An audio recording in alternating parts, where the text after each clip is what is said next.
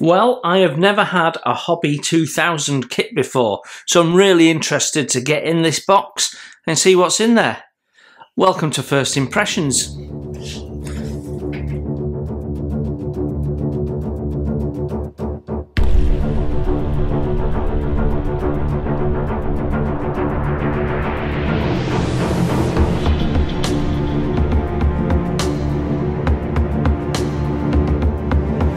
Hello and welcome to Model Kit Stuff, and today's First Impressions video is this Arado AR 234 B-2, end of war it says, in 1/48 scale from Hobby 2000. Now I've never had a Hobby 2000 kit before, so really interested in this. I picked this up at the Telford Model Show this year and just really grabbed me out of interest of not having seen one of their kits before. So the kit number is 48010, and what we've got is a nice fairly plain box with a technical drawing at the background, and then a side profile image of the aircraft. It's not an exciting picture of diving aircraft and dueling in the sky or anything, but it gives you quite a technical view of the aircraft, and actually it's quite a nice picture, isn't it? So as we look around the box, what we've got is actually a sort of satin box with a glossy print on it, so it isn't a nicely done box. On this side we've got the same side profile. Again, it's gloss printed onto this satin box, and we get a bit of history. It says the Arado AR 234 Blitz was the world's first operational jet-powered bomber built by the German Arado company in the closing stages of World War II. Produced in limited numbers, it was used almost entirely in the reconnaissance role. In its few uses as a bomber, it proved to be nearly impossible to intercept. It was the last Luftwaffe aircraft to fly over the UK during the war in April 1945. Arado 234 estimated a maximum speed of 780 kilometers an hour at 6,000 meters, an operating altitude of 11,000 meters, and a range of 1,995 kilometers. The most notable use of the AR 234 in the bomber role was the attempt to destroy the Ludendorff Bridge at Remagen between the 7th of March, when it was captured by the Allies, and the 17th of March, when it finally collapsed. The bridge was continually attacked by AR 234s of the 3rd KG 76 carrying 1,000 kilogram 2,200 bombs. The aircraft continued to fight in a scattered fashion until Germany surrendered on the 8th of May 1945.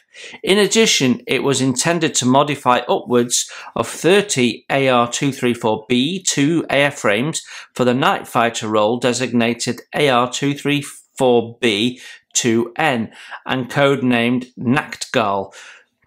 But only 2 of these were built and served with Commando Bonov and experimental test units. Overall, from mid-1944 until the end of the war, a total of 210 aircraft were built. That's fascinating, isn't it? I didn't realise these had been used to bomb Remagen Bridge. When we look at the sides, they are both the same.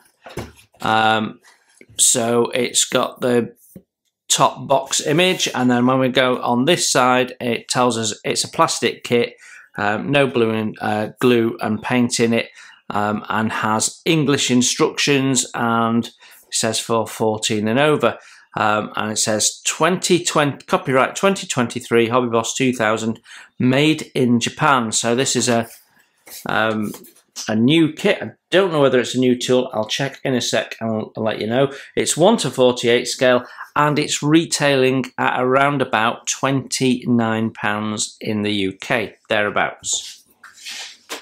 So really interesting and possibly confusing, but it says copyright 2023 on the side of the box. Scalemate says that this kit was issued in 2021, one of two different variants offered in the same of the same kit and in the same year. But they also intimate that it's actually a 2003 or possibly a 2002 Hasegawa kit reboxed. So really interesting. So yeah, it looks like we've got an old kit reboxed, and they keep upping the copyright on the outside of the box, which I think's a bit cheeky because it might lead you to believe this was a newer kit. Now, I didn't know whether this was a brand new kit or not. I just saw it and thought, right, well, I've never built one of their kits, so let's pick it up. So I've certainly built a Hasegawa kit in my time, so it'll be interesting to see what we think of it, because effectively it's a 20-year-old kit, if Scalemates is correct. But let's have a look.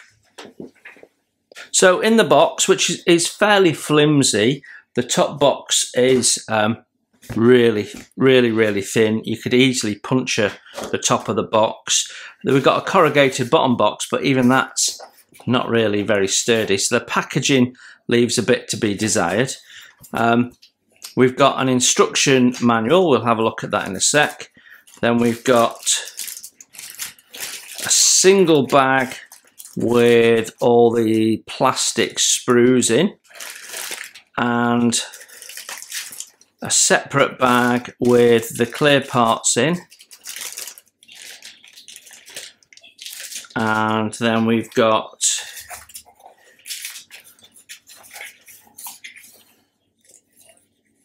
vinyl paint masks, and I'm guessing these are the decals, which were face down in fairness to them.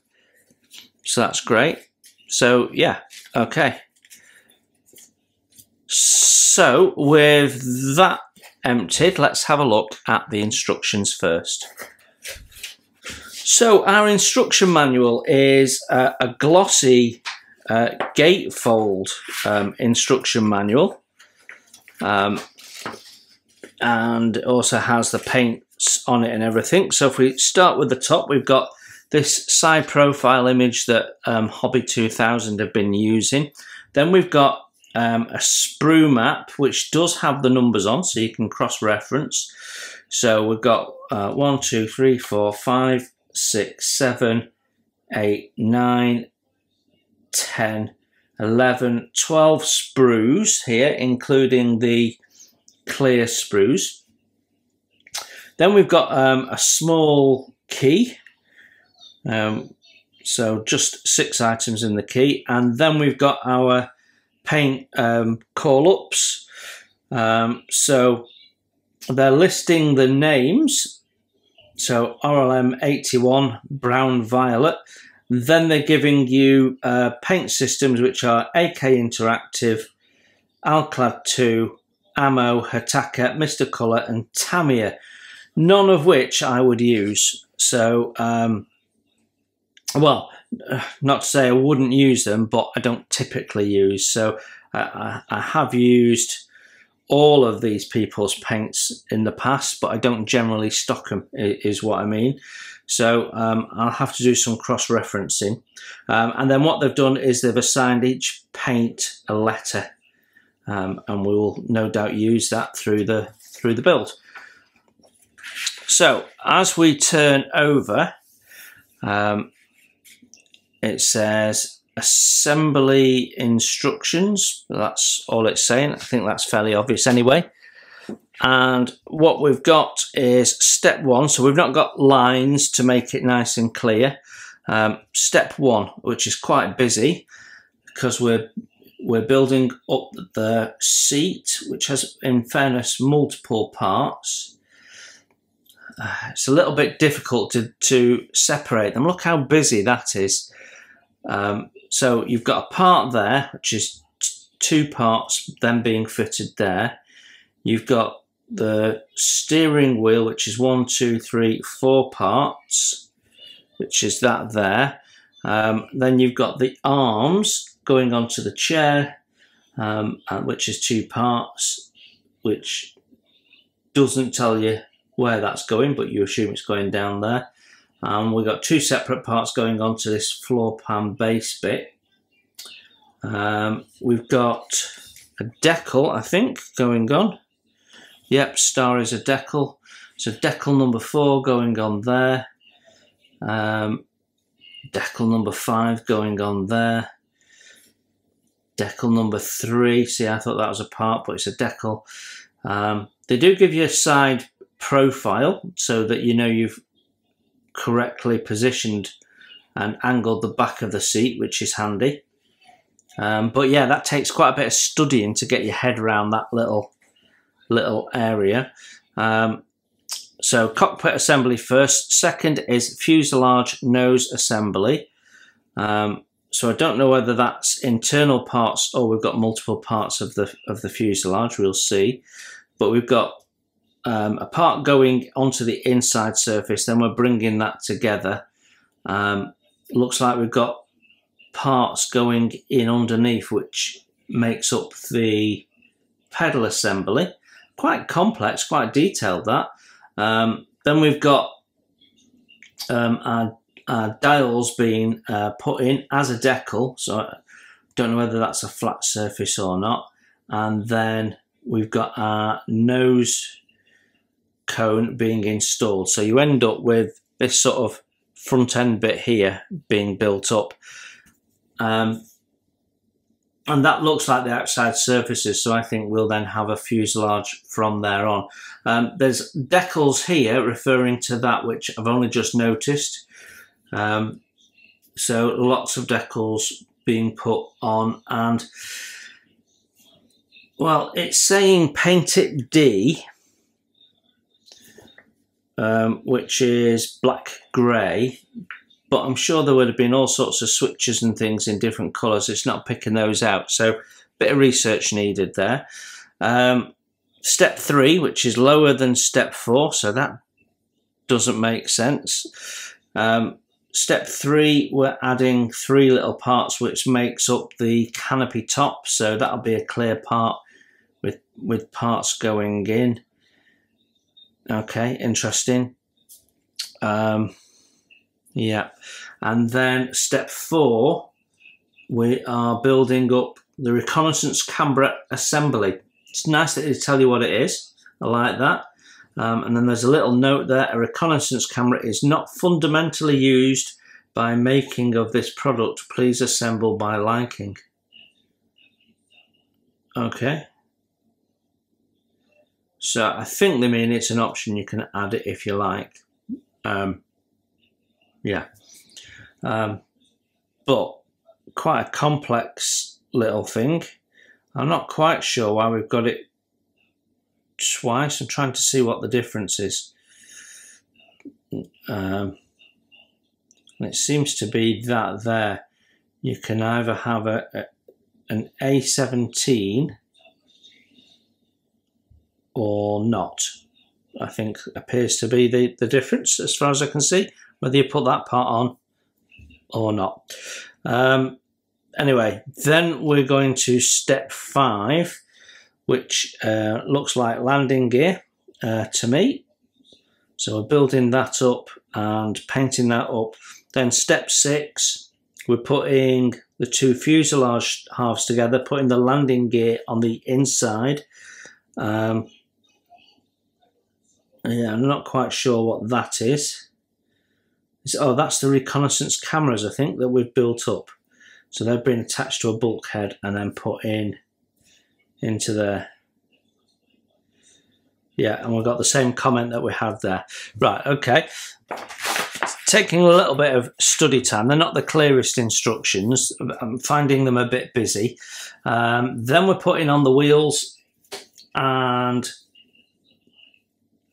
flaps. Then we've got, I'm guessing that's a clear part going in so that the cameras are visible through there. Yeah, do not paint, M7. Then we've got a bit here which looks like some form of hook. The direction of the reproducing and restoration aircraft should refer to the following figure. Right, I have no idea what that actually means because it's not English. It's it's English, but it's not English. Restoration aircraft. What does that mean? Right, okay.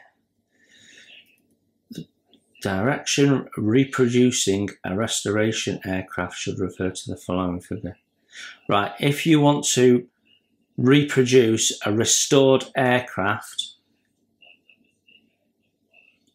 use that, I think, is what it's saying. Right, okay. Anyway, putting the wings together. Step 9, engines, there and there. Look fairly basic for those early type engines. There's not much to them anyway. Then step 10, main wing assembly, horizontal stabilizer installation. So we've got the tail bits going in there. Is that? Oh, that's the top panel, M1, which is telling us to cut out that bit. I'm not quite sure why. Also telling us to add 20 grams of weight to this area here, and then put the bulkhead in, and we're mounting the engines on the wing. So any sub-assemblies are then used in the next step, so I like that. And then just make sure we've got that in. Yeah. Step 11, we've got drop tank being assembled. Step 13, bomb being assembled, which looks like it's got all individual things. That's quite complex. So that's nice.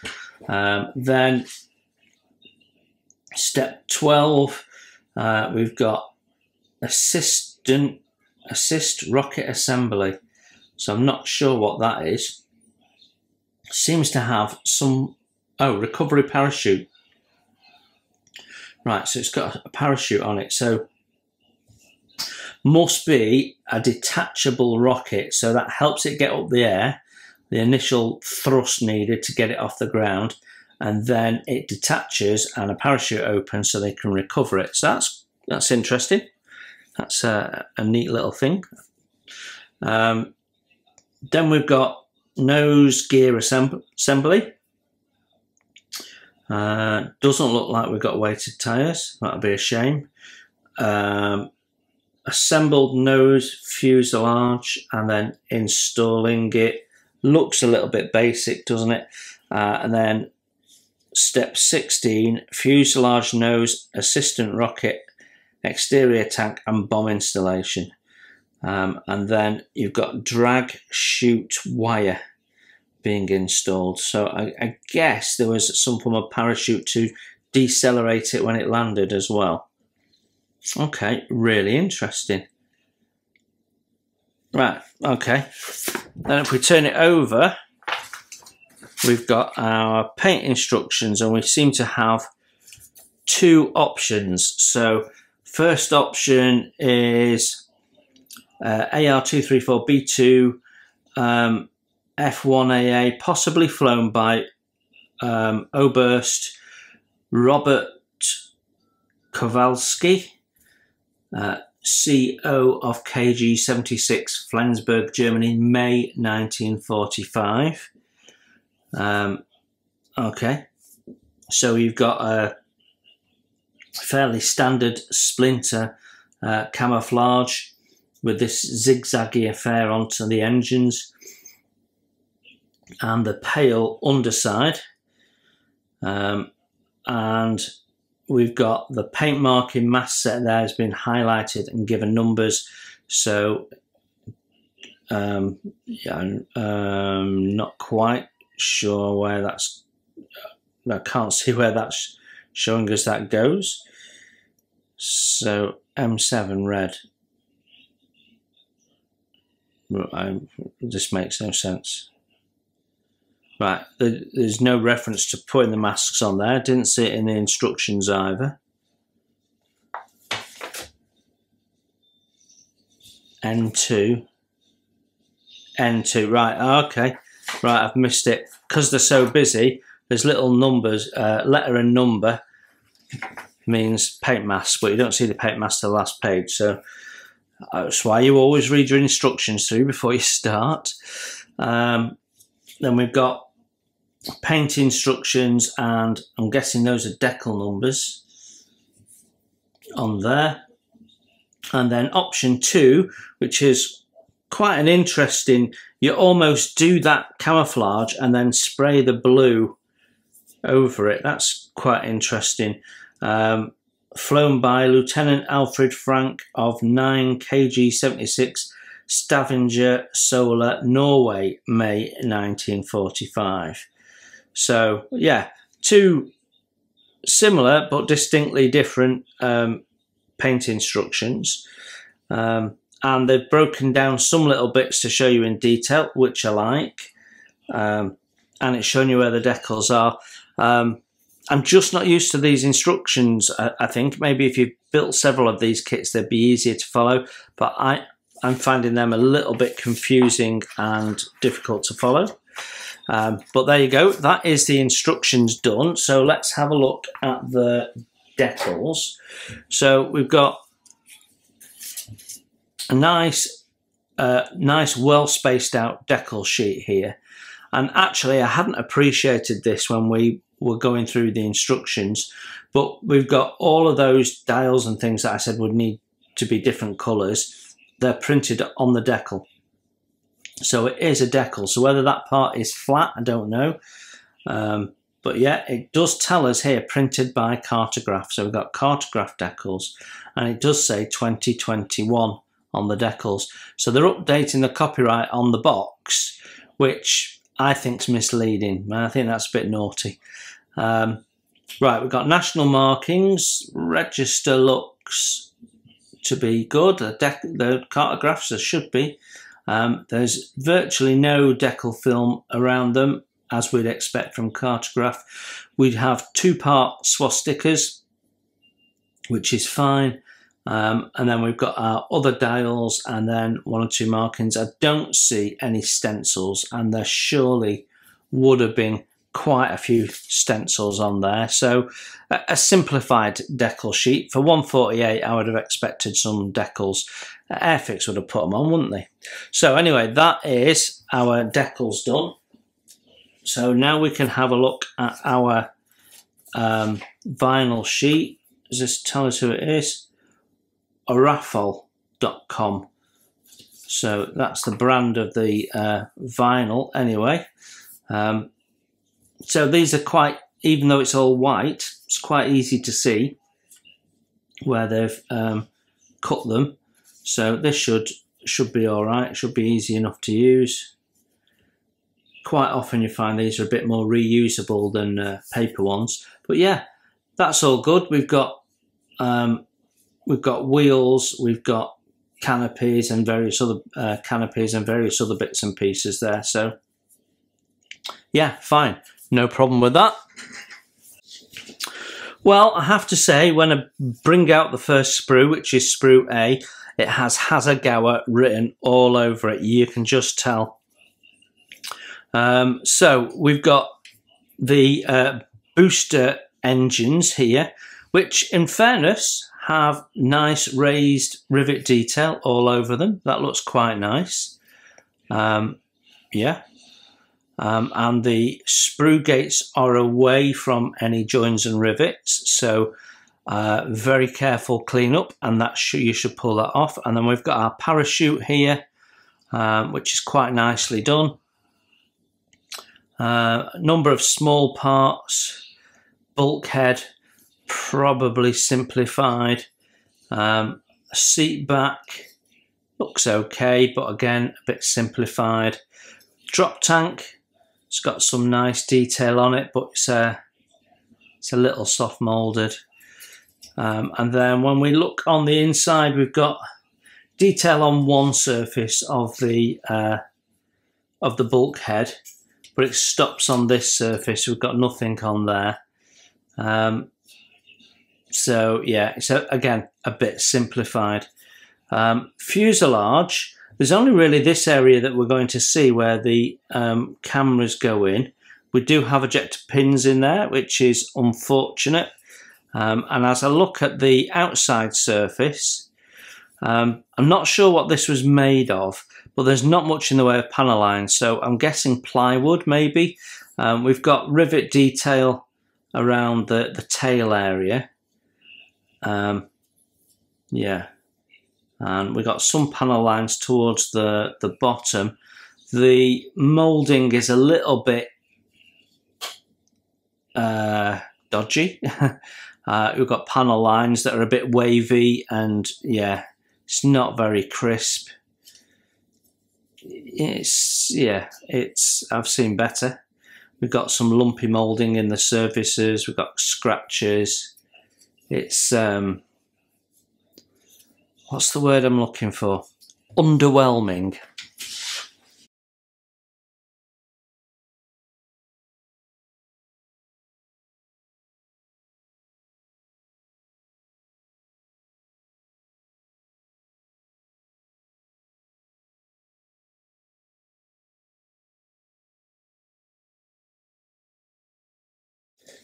Sprew B, and it's almost identical to A. We've got the other engine on there, additional engine. We've got this part that goes underneath. We've got landing gear doors, which have got no detail on the outside surface, a little bit of detail on the inside surface, plus a couple of ejector pins. We've got some various small parts which are some of them have got little bolts and bits on, some details on them, but largely they have no real detail on them. I think those are the seat arms. We've got this parachute line here, which again is just sort of a bit blobby on the end. Yeah, bulkhead is completely devoid of anything, but maybe we don't see it. Seat bottom is, well, it's just, there's no, it's just a shape, there's no detail to it. And then we've got drop tank, the other halves of the drop tanks, and then a tail which has sink in it, but otherwise looks okay. Other than there's a lot of scuffing on the surface.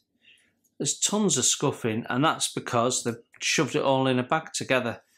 And there's some really significant scratches in there. And yeah, it really damaged the surface of this one. That's not good. And then we've got a panel line that's intermittent because it's not moulded particularly well. Panel lines that disappear and again are wavy and not straight. God, it's dreadful. That's like cottage industry moulding of the 70s. That is terrible. The fuselage isn't great. Yeah, it's no longer just underwhelming. That's bad.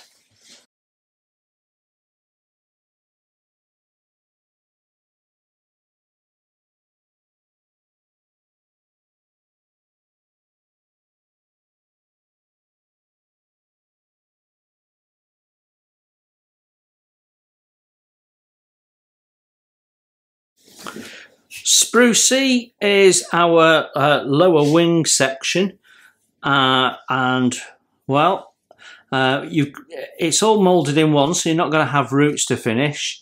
The sprue gates end on your surface, so you've got some careful cleanup to do. We've got flash to clean up as well. There's rivet detail that's sunk into it, but the depth of it is different in different places. So in some places, your first coat of primer and it's probably gone. You can't pose your flaps; they're all moulded in as one, so it's fairly basic, really. Yeah, that is Sprew C.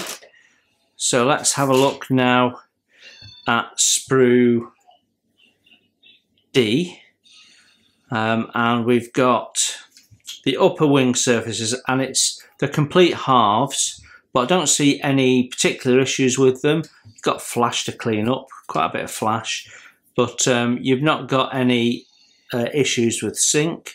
The detail seems to be better done. The surface detail here seems to be better. Yeah, we've not got any issues with it not being properly marked out like we have with the lower. We've got the engine fans there, which will look all right with a wash and what have you, and the centre engine cones there, which have got really heavy seams on, so they'll need sorting. And I guess those go in the engines as well. They seem quite nicely moulded actually. So yeah, that is the wings.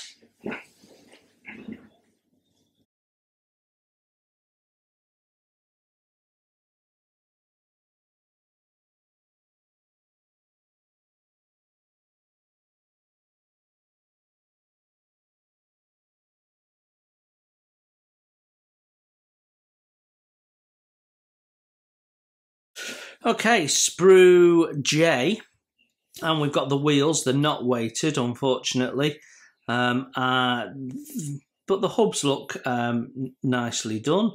There's no tread on them, which may well be correct. Then we've got radio sets, which have got sort of generic circular lumps for switches and stuff, but how much of it you'll see when they're installed, I don't know.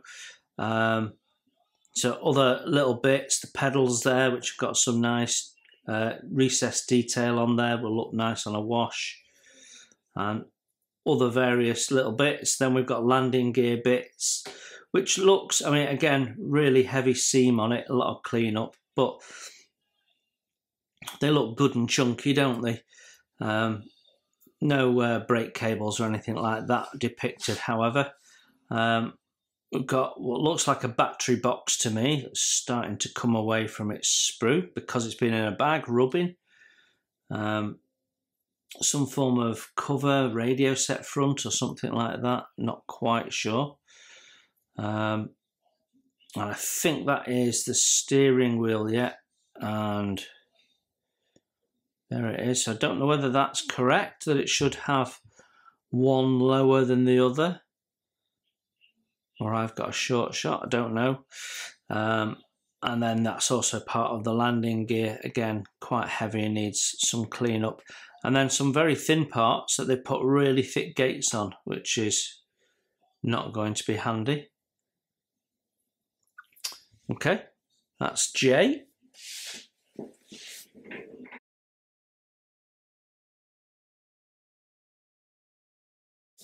Sprew E, and we've got our engine nacelles here, and they again are suffering the same fate as the fuselage because the big bits are plastic, and it's Hasegawa plastic, so it seems to mark quite easily Hasegawa plastic, and we've got scuffs and scratches and dints all the way along here, which is just rubbish.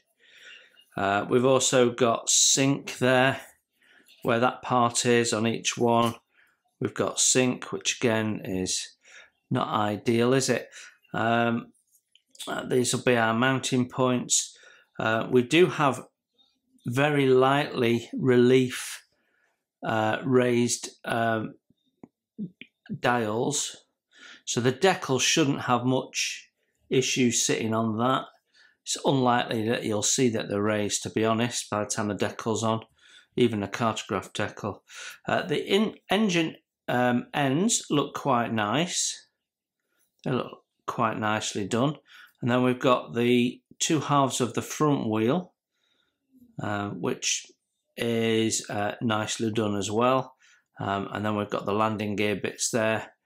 A couple of additional dials that go in on the ends here.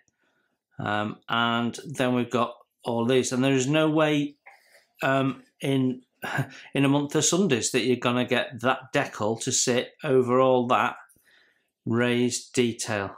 So you're probably best using the decal as a guide to paint that in yourself, because there's no way you're putting a decal over that. How are you supposed to put it over those control arms? Never, never, never. This one, you might be able to use it for the dials, but not for this end.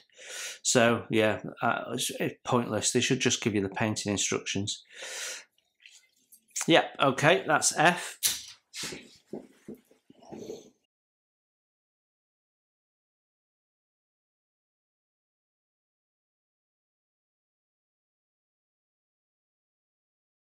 Last two grey plastic sprues now, and we've got some really small parts, I'm not quite sure what they are, on Sprew F here.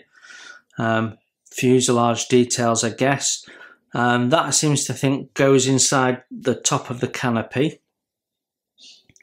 And then we've got, I've only got my reading glasses on, it looks like a starter pistol, but I don't think it is, but it's some gubbins that goes inside the cockpit, I think.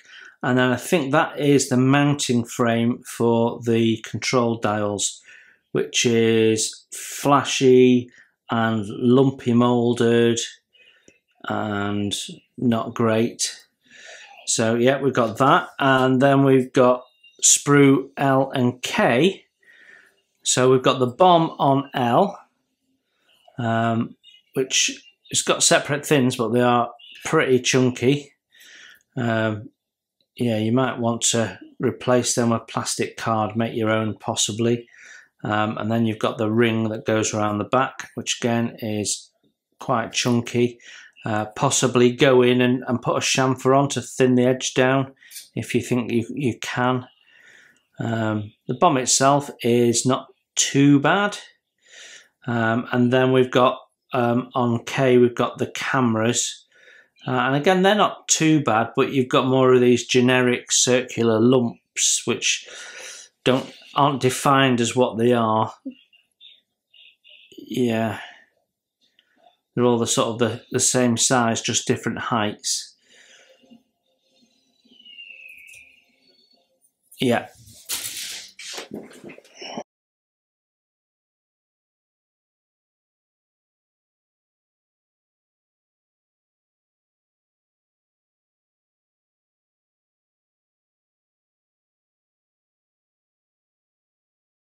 Right, finally, our clear parts, and well, they're not the clearest parts that I have ever seen. If we start over here, we've got some spidering going on. We've got two flows into there, you see, and there is some spidering across there. They're scuffed. I mean, they've been in a bag on their own. How have they got to be scuffed? Well, there's a load of flash on that one. All sorts of scratches on there. That's the fuselage bits, and not so bad. And I can tell you the distortion is dreadful though. Then we come to this part here. And the rivet detail and stuff is nicely depicted. And you've got good mask set for this, so you should be able to pick that up okay. That one's not so bad. We've got some lenses there which are okay. This item here has got scuffing on the clear part that you're going to have to try and polish out, which is not in everyone's skill set, so that's annoying. So you've got some, shall we say, thick seam. This part seems to be better than its counterpart, but it does have scratching on it. And there's quite a bit of ejector pins I'm noticing as well on the inside. So how visible they'll be, I don't know. And then we've got the nose piece, which isn't bad actually, but you do have a seam running right down the middle, and it's not just a little seam, it's a great big whopping step. Yeah, and the distortion is just dreadful. Once it's on the model, it obviously becomes less visible. But yeah, not the best clear parts I've seen by quite a long way.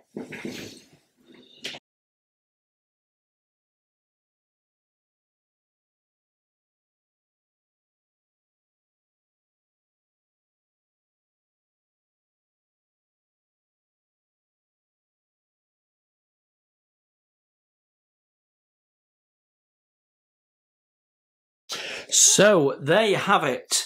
The 1:48 scale Arado AR234 B2 end of war configuration from Hobby 2000. What's my first impression? I think my first impression, and this is my first Hobby 2000 kit, and I don't know enough about them, so I don't know whether they only do re-releases of other people's old kits, or whether they do their own kits as well, and I've just fallen unlucky to have got a rebox or not. But let's go through it in a structured way and cover the things that matter. So instructions, they're okay, but they're a bit busy. I found them a little bit confusing. I guess you get used to them as you work through them. But they seem to cover off everything, so there's no mistakes or issues or stuff like that. Just a bit busy and a bit cramped. And the flow was a bit confusing in places, but it covers off the main stuff you want. So okay, painting instructions, again, okay, and you've got decent masking instructions once you've worked out how they work and what have you. So yeah, all in all, not too bad with the paint instructions. I've certainly seen worse. We've got a nice colour fold out there, and you could see it, but it wasn't showing it all sides, so you're guessing that it's exactly the same on the other side. So there's some of it's left to your imagination, so a little bit incomplete there. So instructions, okay at best. Plastic parts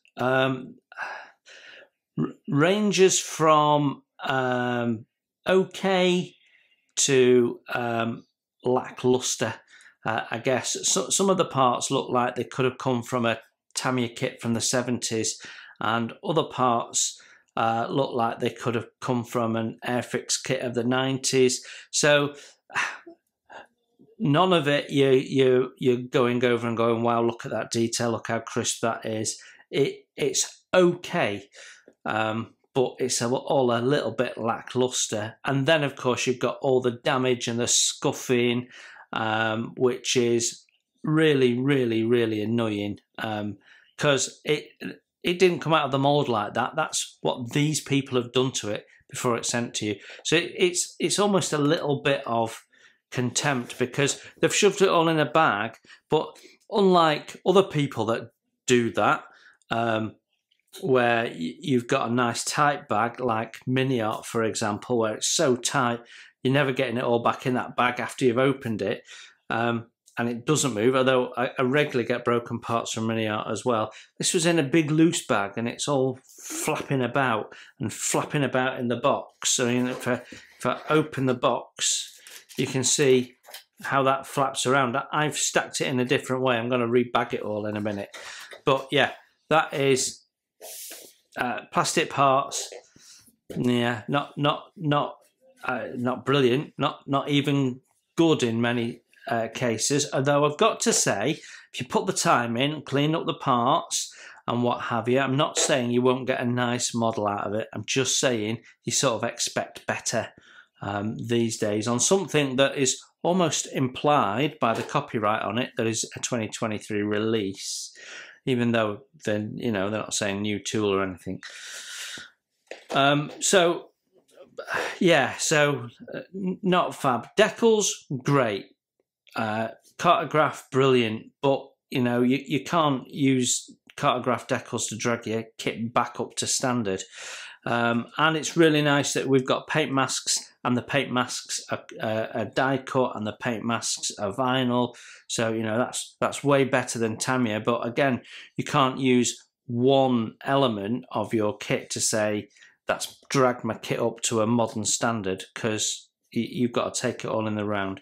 So we've got some nice elements, we've got some disappointing elements, and then we've got instructions which again leave something to be desired.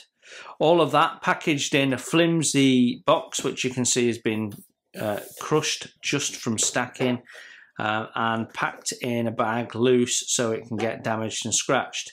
So my overall impression of this Hobby 2000 kit is buyer beware. You go into it now, if you've seen this video, with your eyes open, and I'll think twice about buying another Hobby 2000 kit. Subject matter, however, is very, very cool, but we know that Hasegawa have done it, and probably other people may have done it, and you might want to do your research and find out which manufacturer does the best version of this, because I get the feeling it's probably not this one. Well, there you go. You now know what's in the box, and if, like me, you've not come across Hobby 2000 before in your stash, you now know what you get in the box. My guess is the fit is not going to be brilliant either, but that's purely a guess. We've only got a first impression at this stage. So yeah, there you have it. I hope that was useful, and I hope that was interesting. Will I build this? I don't know. This might be one of those kits that I buy in, I do a review of, and then I flip and get my money back so I can buy something else. Don't know at this stage. But there you go. Thank you for looking in. It's greatly appreciated. If that was useful and helpful, you can always hit super thanks. All the money goes into the channel so we can buy kits to review. Thank you very much for watching. You enjoy your modelling, and I will see you very soon. Bye for now.